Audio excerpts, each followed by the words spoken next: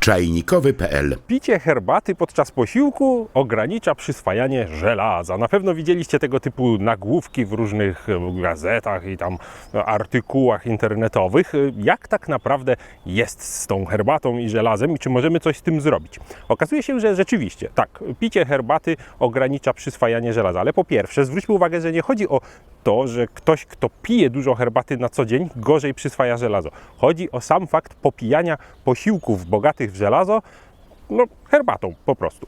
Czyli właściwie najłatwiej byłoby powiedzieć, że nie należy popijać posiłków herbatą i problem jest z głowy. No ale zastanówmy się, co się dzieje i dlaczego się to dzieje i dlaczego w ogóle interesuje to najbardziej wegetarian.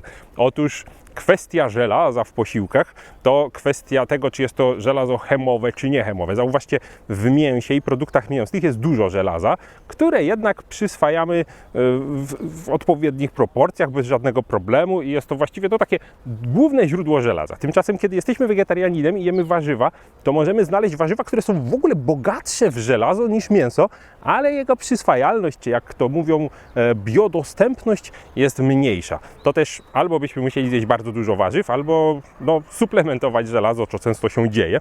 No i herbata tutaj ogranicza jeszcze bardziej przyswajanie niechemowego żelaza, czyli właśnie tego z roślin i robi to za pomocą garbników. Garbniki, czyli w herbacie tanina, czyli coś, co, jak sama nazwa wskazuje, w średniowieczu służyło do garbowania skóry, przy czym wyciągano to z kory dębowej.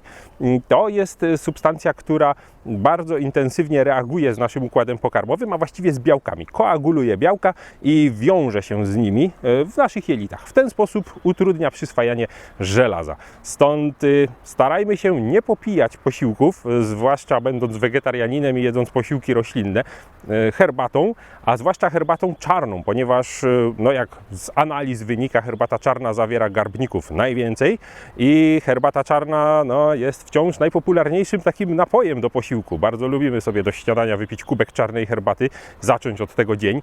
No i to jest problem, ponieważ może nam to jakoś bardzo nie zaszkodzi, ale jednak wyrobienie sobie takiego nawyku na przestrzeni lat może doprowadzić do jakichś niedoborów żelaza. Warto to monitorować, warto suplementować. Co możemy z tym zrobić jeszcze? Okazuje się, że taki standardowy kubek herbaty czarnej zawiera wystarczającą ilość garbników, żeby w ekstremalnych sytuacjach ograniczyć nawet o 80 albo i 90% przyswajania niechemowego żelaza.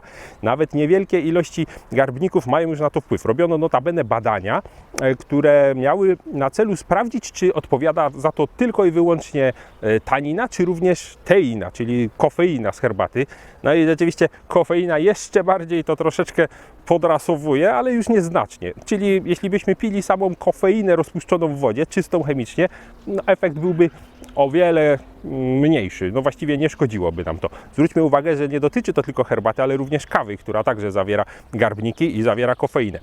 Fajne rozwiązanie nasunęło się ludziom samo z siebie, ponieważ popularne do różnego rodzaju śniadaniowych herbatek i mieszanek, zwłaszcza w Anglii, jest dodawanie mleka. U nas również bawarka jest powszechna. Może nawet pamiętacie taki mit, że bawarka to jest napój dla kobiet w ciąży, ponieważ wzmaga laktację. Oczywiście to nieprawda, ale jednak fakt jest taki, że kobiety w ciąży bardzo potrzebują dużo żelaza, również kiedy karmią, mogą być narażone na niedobory żelaza i gdzieś tutaj jest jakieś ziarno prawdy, ponieważ herbata z mlekiem nie ogranicza tego przyswajania w ten sposób. Czemu się tak dzieje?